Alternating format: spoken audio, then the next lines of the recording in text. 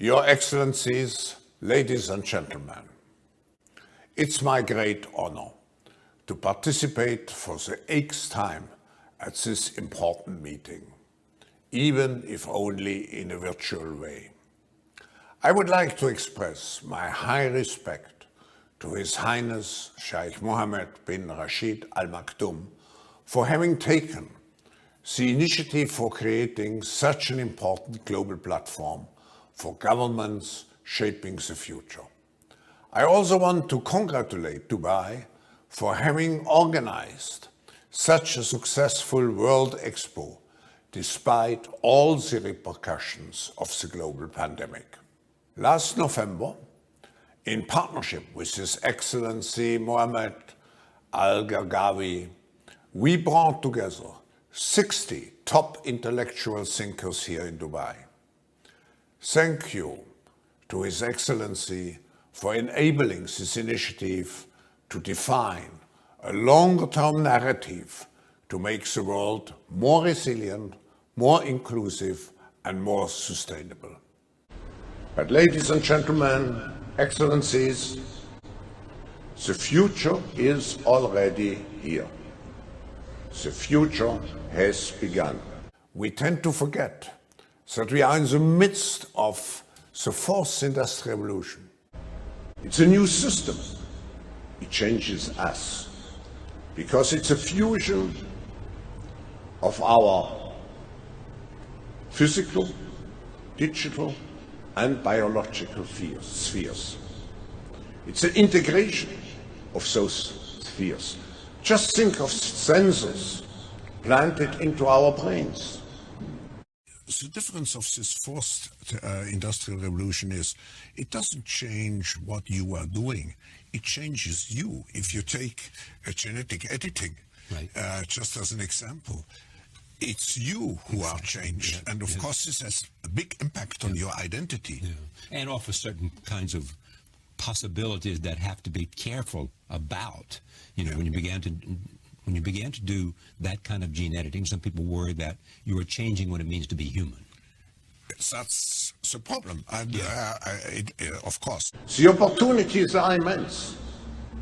And I'm proud that the government of Dubai has been so foresighted in establishing a Center for the 4th Industrial Revolution in cooperation with the World Economic Forum. The objective is to quickly recognize the potential of new technologies, as well as develop the necessary ethical and political frameworks around those new technologies to ensure that those technologies are human-centered and society-oriented. Because it's an important step to create the physical brain for digitalization and to have it located to a certain extent in Europe. Gentlemen, I have a plan.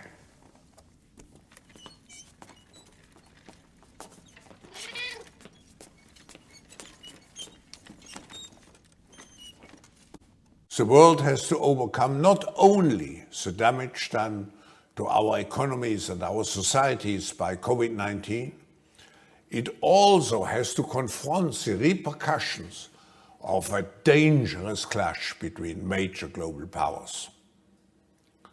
History is truly at a turning point. We do not yet know the full extent and the systemic and structural changes which will happen. However, we do know that global energy systems, food systems, and supply chains will be deeply affected. So people assume we are just going back to the good old world which we had, and everything will be normal again in how we are used to normal, in the old fashion. This is, let's say, fiction. It will not happen. What we know is that we will end up with many more unemployed, and particularly also people in the gray economy, which are not counted for, who lose their jobs. Not everybody can be a robot polisher and so on. So we will see definitively a lot of anger already now, but probably increased by the end of the year. We have to prepare ourselves already now because this crisis will be with us until we really have found a remedy. So we have to prepare for a more angry world.